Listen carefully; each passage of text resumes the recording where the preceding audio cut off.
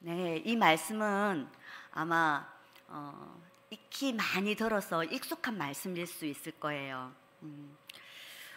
오랜 세월 아버지를 배반하고 집을 나가 방탕한 삶을 살다가 돌아온 작은 아들을 조건 없는 용서와 사랑으로 맞이하는 아버지와 잘못을 뉘우치는 작은 아들의 그 참회로 말씀이 보통 마무리되기도 하죠. 그러나 예수님이 말씀하시고자 하는 취지를 조금 더 깊게 생각하면 돌아온 작은 아들에게만 의미가 있는 것이 아니고 또 다른 의미가 있음을 우리는 알 수 있게 됩니다. 오늘 본문의 배경이 된 누가복음 15장 1, 2절, 여기는 읽지 않았지만 두 분류의 사람이 소개됩니다. 유대 종교 지도자들과 세리와 죄인들입니다. 세리와 죄인들이 예수님의 말씀을 듣기 위해서 예수님께 가까이 나오자 그들을 영접하는 예수님을 향해서 종교 지도자인 바리새인과 서기관들이 비난하기 시작했어요. 예수님은 말씀은 듣는 이들을 향해 비유로 말씀하시고 계십니다. 큰 아들은 바리새인과 서기관으로, 작은 아들은 세리와 죄인들을 염두에 두고 말씀을 전하십니다. 말씀의 주제는 집 나간 탕자에게만 있는 것이 아니라 함께 집에 있지만 아버지로부터 마음이 떠나 있는 큰아들에게도 있음을 비유로 말씀하고 있습니다. 집 나간 탕자와 집 안에 있는 탕자. 먼저 집 나간 탕자에 대해서 우리가 함께 은혜를 나누고자 합니다. 본문 11절에서 12절을 보면 어떤 사람에게 두 아들이 있는데 그 둘째가 아버지에게 말하되 아버지여 재산 중에서 내게 돌아올 분깃을 내게 주소서 하는지라. 아버지가 그 살림을 각각 나눠 주었더니. 이 얘기는 정말 충격적인 얘기입니다. 원래 유산의 분배는 부모님의 사후에만 이루어지는 가능한 일인데 고대 근동의 사회 문화에서는 더더욱 부모님이 죽지 않고서는 재산을 물려주는 일이 없습니다. 그런데 둘째 아들은 아버지를 찾아가 아버지의 재산 중에서 자신에게 돌아올 분깃을 미리 내놓으라고 그렇게 얘기했어요. 이 무슨 파렴치한 행동입니까? 있을 수 없는 그런 일입니다. 아버지 생전의 재산을 구하는 일은 아버지의 죽음을 전제로 하는 것일 뿐만 아니라 그냥 아버지의 죽음 외에는 죽었으면 좋겠다라는 그런 은연중에 그러한 마음까지도 있을 수 있는 그런 행동입니다. 둘째 아들은 아버지의 재산을 유산으로 받는 것 외에는 아무런 가치를 두지 않았습니다. 하루라도 빨리 원하는 것을 얻어 아버지로부터 멀리 벗어나고 싶은 그런 마음뿐이었습니다. 이런 파렴치한 아들의 요구에 아버지는 아무 말씀도 하시지 않고 두 아들에게 각각 분깃을 나누어 준 것입니다. 13절에요. 둘째 아들은 며칠이 안 되어 아버지의 재산을 다 모아 가지고 먼 나라에 갔다고 합니다. 여기서 다라는 의미는 단지 재물을 말하는 것 이상으로 아버지에 대한 사랑, 추억, 아버지에 대한 관심, 즉 아버지에 대한 모든 것들을 다 정리해서 다시는 아버지에게로 돌아오지 않은 것을 염두에 두고 있는 그런 말씀입니다. 여기에요. 또 다 말고 바로 뒤에 모아 가지고의 의미는 재산을 모두 현금화시켰다라는 겁니다. 이제는 이곳에는 아무것도 남는 것이 없이 다 정리했음을 의미하고 있습니다. 그리고는 먼 나라로 떠났습니다. 그 먼 나라에서 그는 허랑방탕하게 그 삶을 다 허비하고 지냈습니다. 어거스틴은 여기에서 이 먼 나라는 하나님에 대한 망각의 세계라고 표현하고 있습니다. 물리적인 공간으로부터 떨어져 있는 그런 개념보다는 영적인 분리와 이탈, 즉 우리의 마음이 세상으로 향해 있을 때 아버지이신 하나님과의 영적인 소통이 단절되고 은혜를 잊어버리고 사는 것이 먼 나라에 사는 것과 같습니다. 지금 우리의 삶이 혹시라도 먼 나라가 되지 않도록 잘 살펴보는 그런 시간이 되기를 원합니다.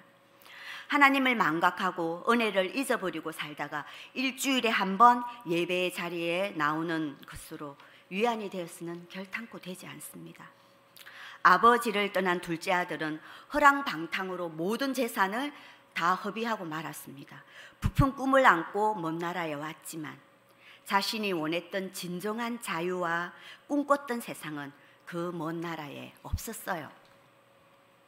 12절 말씀, 아버지가 각각 나누어 준 살림이라는 이 단어는 사실상 재정 가치로서의 재산을 의미하는 그런 재정 용어로 사용된 것이 아니고요, 생명을 의미하는 비온이라는 그런 단어를 사용하고 있습니다. 예수님이 그런 단어를 사용하셨어요.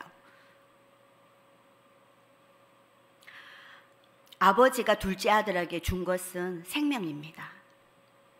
둘째 아들이 허비한 것도 결국은 생명입니다.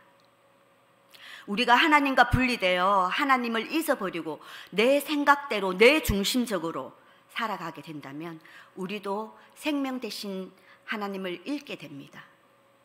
하나님을 잃은 삶은 먼 나라에 있는 것과 같습니다. 유산으로 받은 재산을 허랑방탕으로 다 허비하자 그런 중에 마침내 가뭄이 흉년이 들었어요. 흉년으로 궁핍함을 견디지 못하자 그 나라 백성 한 사람에게 붙어 살게 되는데 들로 보내어 돼지를 치는 그러한 신세가 되고 말았습니다. 당시, 아니 지금도요, 유대인에게는 돼지는 매우 부정한 짐승입니다. 그래서 하나님께 드리는 제물로 돼지를 사용하지 않습니다. 그뿐만 아니라 식용으로도 먹지 않습니다. 이런 돼지를 치는 것은 유대인에게는 정말 수치스러운 일이고 치욕적인 그러한 일입니다. 게다가 돼지가 먹는 지엽 열매를 돼지에게 붙어서 나눠 먹으며 배를 채우려고 하는 것을 상상만 해도 너무나 끔찍한 일이죠. 결국은 돼지같이 불결하고 부정한 인생으로, 아니 돼지보다 못한 그런 인생으로 전락하고 말았습니다. 성경은 하나님으로부터 분리된 인간의 상태가 이보다 더 비참할 수 있다라고 상징적으로 보여주는 부분입니다. 아버지 곁에 있었으면 권세 있는 상속자의 아들의 삶을 살아갈 수 있습니다. 그러나 그가 그렇게 원했던 자기 주도적인 삶, 내가 주인된 삶, 그런 삶은 결국 굶주림과 치욕과 수치로 결론되었습니다. 이것이 바로 하나님을 떠난 자유와 해방의 결과입니다.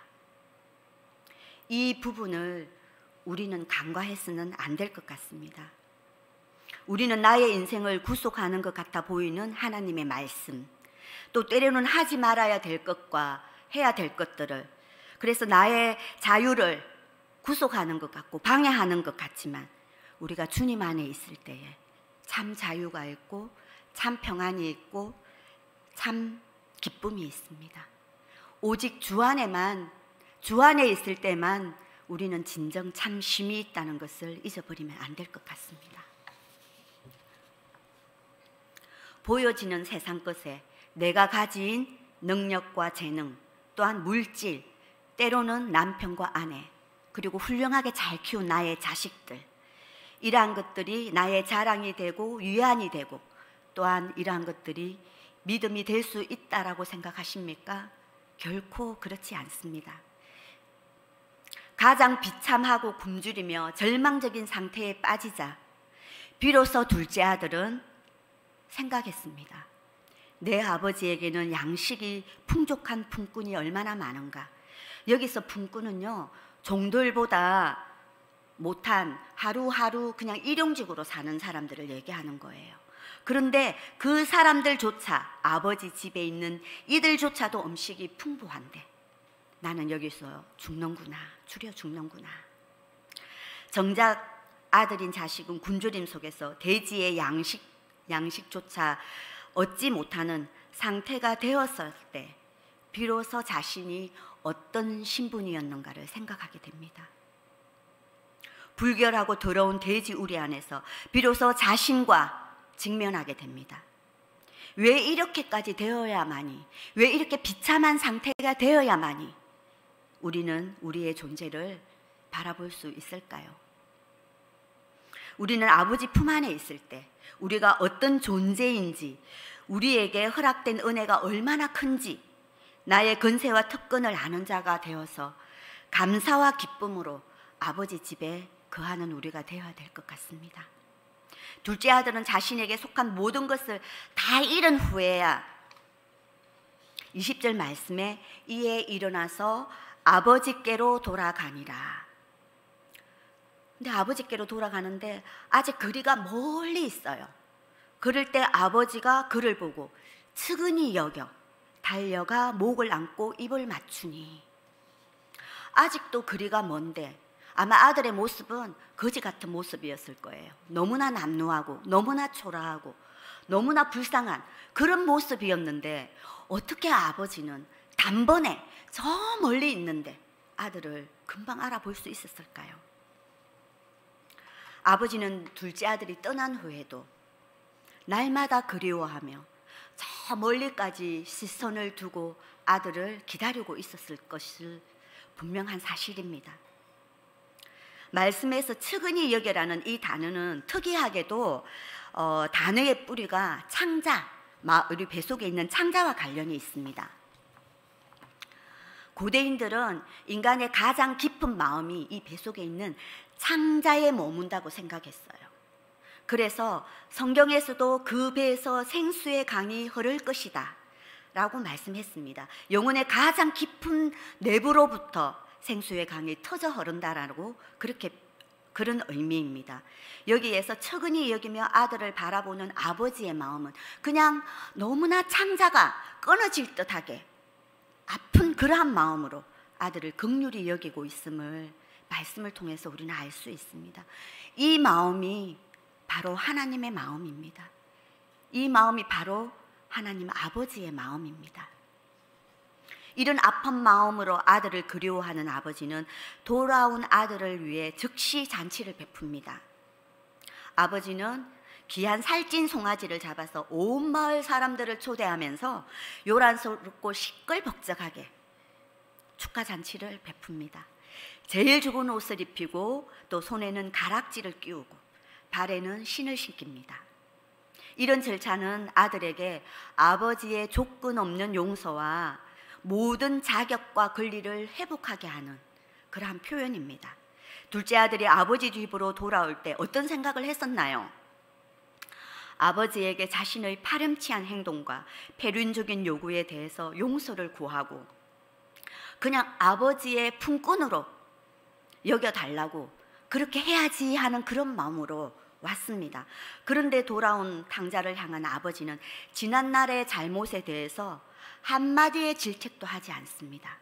그저 돌아와준 아들을 향해 측은히 여기며 변함없는 사랑으로 맞아줍니다.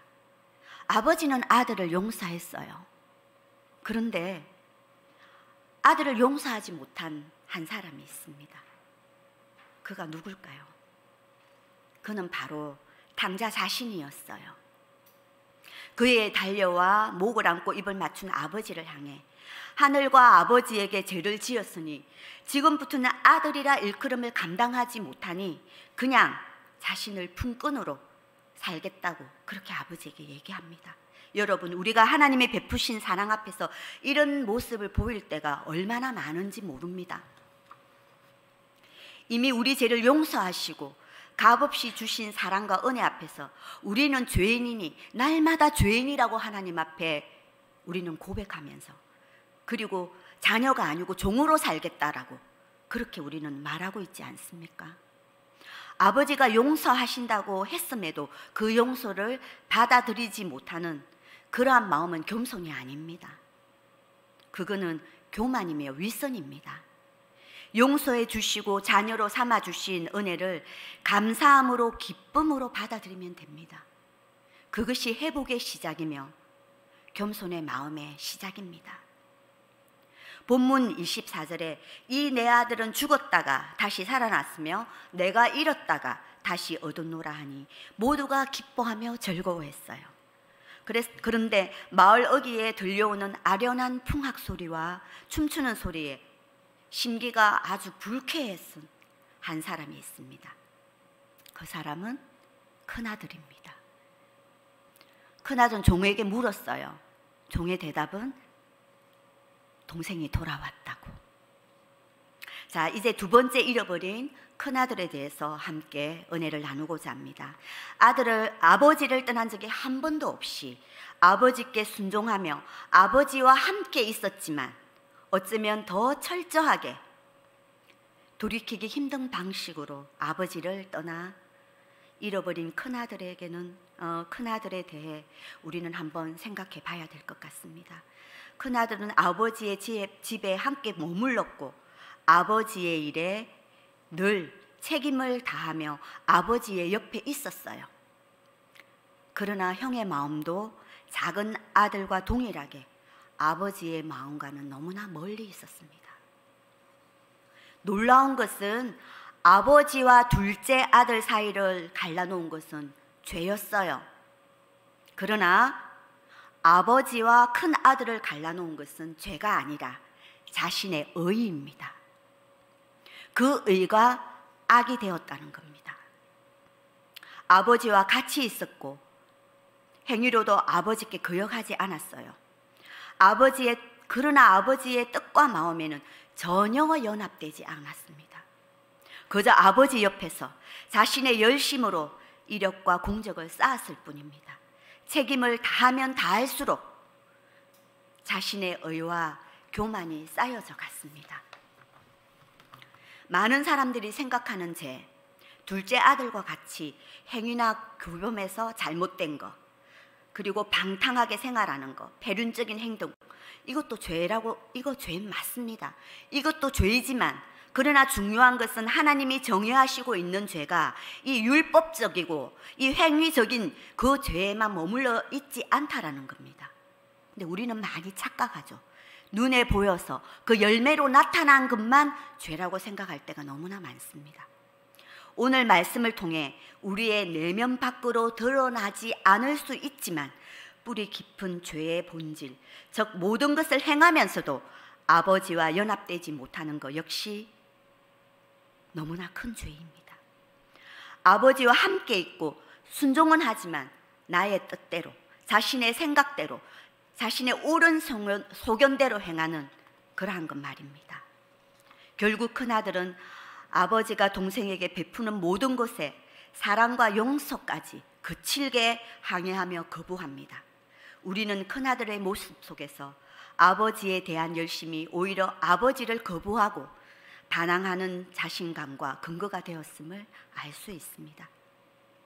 28절 본문을 살펴보면 아버지가 나와서 권하지만 결국 큰아들은 아버지가 베푼 잔치에 들어가지 않습니다. 동생의 행동은 용서할 수 없고 받아들이기 힘들더라도 아버지가 오랜 기다림과 아픈 마음으로 동생을 그리워하는 그 마음을 조금이라도 아버지의 마음을 이해했다면 아버지의 기쁨과 행복에 함께 참여할 수 있어야 되는 겁니다. 그러나 큰아들은 함께 잔치에 참여하길 권하는 아버지를 향해 본문 29절 30절 말씀은 보면요, 말씀에 내가 여러 대 아버지를 섬겨 명을 어김이 없거늘 내게는 염소 새끼라도 주어 나와 내 벗으로 즐기게 하신 일이 없더니 아버지의 살림을 장녀들과 함께 삼켜버린 이 아들이 돌아오매 이를 위하여 살찐 송아지를 잡으셨나이다. 이 말씀은 흡사 율법에 대한 바리새인과 서기관들의 주장과 같습니다. 큰아들은 아버지를 섬기며 아버지가 명한 것을 어김이 없었지만 너무나 자신의 의로 모든 것에 꽁꽁 쌓여져 있습니다. 이렇게 아버지를 위해 살아온 자신에게는 한 번도 호의를 베풀지 않았음에 분노하고 있고요. 자신에게는 너무도 인색한 아버지로 계속 몰아붙이고 있습니다.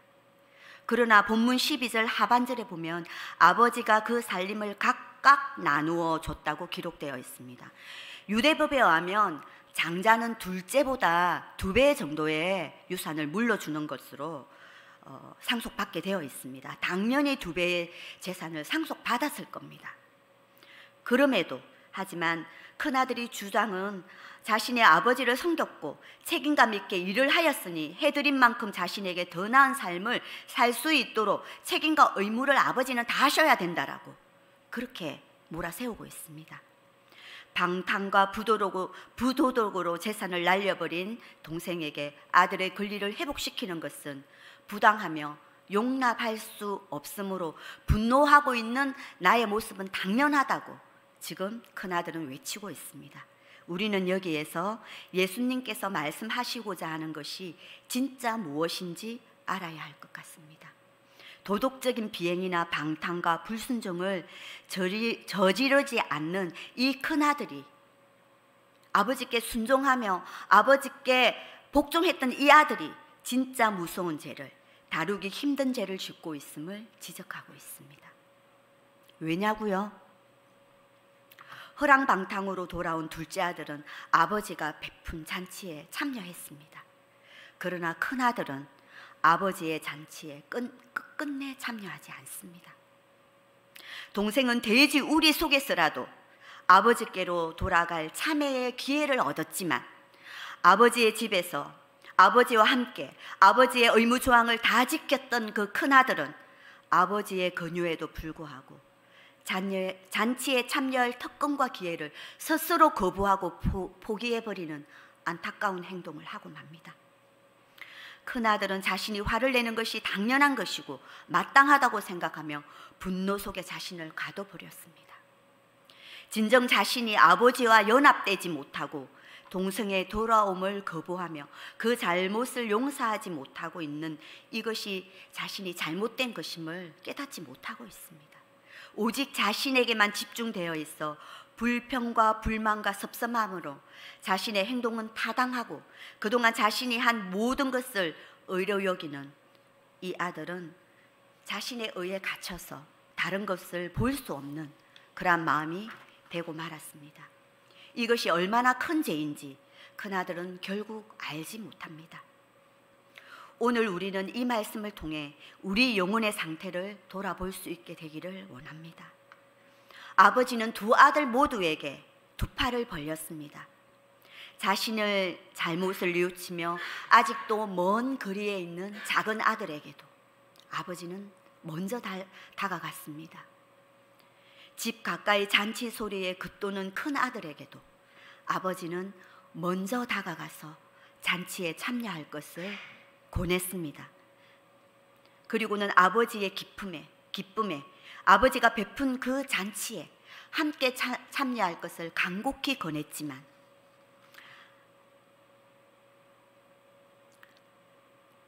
큰아들은 그곳에 없었습니다. 하지만 자신이 죄인임을 인정한 한 아들은 아버지가 베푼 그 잔치에 들어왔어요. 그리고 감사하고 기뻐하며 그 잔치를 아버지와 함께 누립니다. 하지만 의로움과 분노로 가득 찬 한 아들은 끝내 그 아버지의 잔치에 참여하지 않습니다. 늘 아버지와 함께 있었고 늘 아버지에 가까이 있었는데 그런데 그 큰아들은 끝끝내 아버지의 잔치에 참여하지 않습니다. 우리는 어떤 아들입니까? 주님은 우리에게도 잔치에 참여할 것을 권하고 있습니다. 아버지의 사랑과 기쁨에 함께 하기를 우리에게도 요청하고 있습니다. 우리가 주님의 일을 열심히 한다고 해서 우리가 당연히 복을 받아야 되고 일이 잘 돼야 된다라고 생각하고 있지는 않습니까? 우리가 예배에 빠지지 않고 봉사를 많이 하는 것이 그것이 혹시 자부심이 되고 그것이 내 의가 되지는 않습니까? 그것이 나의 자랑이 되지 않습니까? 그것이 남을 판단하는 기준이 되지 않습니까? 혹시라도 내 마음에 그런 것이 있다면 이 시간에 자신을 돌아보는 시간이 되기를 원합니다. 우리의 헌신이 섬김이 나의 주장이나 의가 되지 않도록 우리는 자신의 내면을 깊이 살펴보는 그런 우리가 되어야 되겠습니다. 무엇보다 우리는 하나님의 마음에 연합된 자가 될 수 있도록 날마다 깨어 기도하며 말씀 앞에 서야 될 것 같습니다. 하나님의 은혜와 사랑이 너무도 감사해서 오늘도 이 예배 자리에 오지 않고는 견딜 수 없는 마음으로, 정말 하나님을 사랑하는 마음으로, 하나님께 영광 돌리고자 하는 마음으로 이 자리에 오실 수 있는 우리 모두가 되어야 되겠습니다. 기도하겠습니다. 하나님, 정말 하나님이 베푸신 그 놀라운 잔치에 우리가 죄인임을 알고 우리의 부족함을 알고, 그러나 아버지 하나님, 그러한 모든 것들을 꾸짖지 아니하시고 그 모든 것들을 돌아보지 아니하시고 주님, 우리를 두 팔을 벌려 이 잔치에 참여할 것을 요청하십니다. 주님의 이 잔치에 참여하는 우리가 되게 하여 주시옵소서. 내가 섬기고 내가 하는 그 모든 것들이 의가 되지 않기를 원합니다. 오직 내 안에 예수 그리스도만이 정말 아버지 살아나기를 원합니다. 주님만을 구하고 주님만을 바라고 주님만을 찾는 그러한 우리의 낮은 마음이 되기를 원합니다. 정말 겸손한 마음이 되기를 원합니다. 뜨겁게 주님을 사랑하는 마음이 되기를 원합니다. 아버지 하나님, 우리가 주님 안에 있다라고 생각하는, 그렇지만 아버지 하나님과 연합되지 못한, 하나님의 마음을 전혀 가지지 못하는 그러한 자가 되지 않기를 원합니다. 주님, 이 시간에 나의 마음을 정말 들여다볼 수 있도록 주님 인도하여 주시옵시고, 내 마음이 하나님께 있기를 간절히 원합니다. 세상의 모든 것을 잃어도 주님을 잃지 않는 자가 되기를 간절히 소원합니다. 주님 함께하여 주시옵소서. 예수님 이름으로 기도드립니다. 아멘.